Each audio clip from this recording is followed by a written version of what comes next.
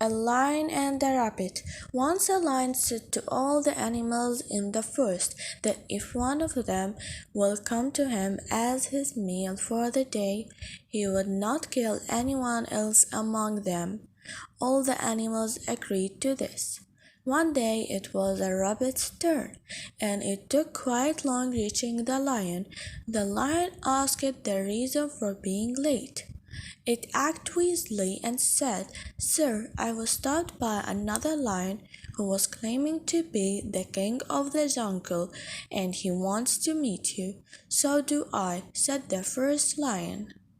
The rabbit took the lion to a well, and it showed him his reflection in the water of the well. The lion jumped into the well to catch his opponent and drowned. How intelligently the rabbit got rid of the wild beast!